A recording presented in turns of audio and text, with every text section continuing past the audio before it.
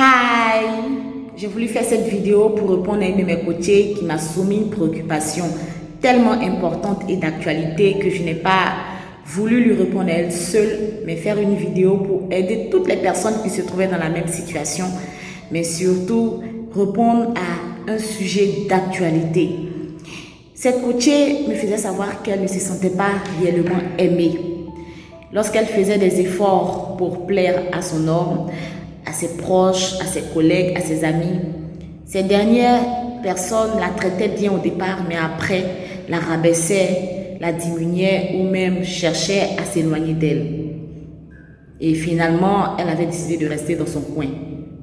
Elle n'arrivait pas à comprendre pourquoi elle dégageait autant de mauvaises ondes au point où on voulait l'éviter partout où elle se retrouvait.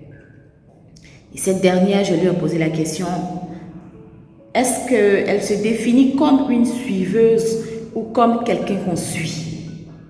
À cette question, elle était très embarrassée parce qu'elle s'est rendue compte qu'elle était dans le rôle de la suiveuse.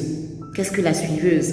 C'est cette personne qui se rend toujours disponible pour les autres, qui se plie en quatre pour faire plaisir aux personnes autour d'elle. Cette personne pour qui, lorsqu'on demande un service, elle est capable de pouvoir annuler tout ce qu'elle fait pour rendre ce service-là.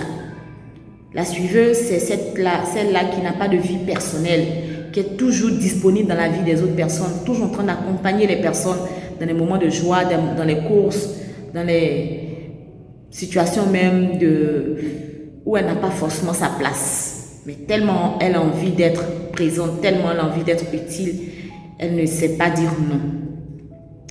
Et par la suite, j'ai demandé à cette coachée si jamais elle se rend dans la maison d'une personne et qu'elle constate qu'il y a des visiteurs à l'intérieur, et tous ont enlevé leurs chaussures pour les mettre à l'entrée, qu'est-ce qu'elle ferait? Elle m'a répondu qu'elle enlèverait elle aussi ses chaussures. Je lui ai demandé pourquoi. Elle a dit pour ne pas être jugée comme quelqu'un qui ne suit pas les règles et pour ne pas salir la maison de la personne. Je lui ai dit, effectivement, lorsque tu es une personne qui n'a pas de limites, tu ne sais pas dire non, tu n'as pas de barrières, tu n'as pas une vie personnelle intéressante. Les personnes pour qui tu te plies en quatre, tu deviens comme quelqu'un de trop et tu leur donnes le droit d'y mettre de la boue et même de te rabaisser. Apprends à t'aimer, augmenter ton estime personnelle, à vivre des moments de qualité, à prendre soin de toi, à connaître tes valeurs et à connaître même des limites aux choses que tu ne supportes pas. Le fait de dire oui, le fait de dire d'accord tout le temps ne fait pas de toi une personne qu'on aime, mais bien au contraire une personne qui n'a pas de personnalité. Sur ce, si tu te rends compte que cette situation te parle, tu peux me contacter en inbox, on va travailler là-dessus ensemble. Mais surtout, tu peux faire ce que je viens de dire. Cela va t'aider déjà à avoir quelques résultats. Sur ce, reste la lumière du monde. Je t'aime très fort, ma lumière.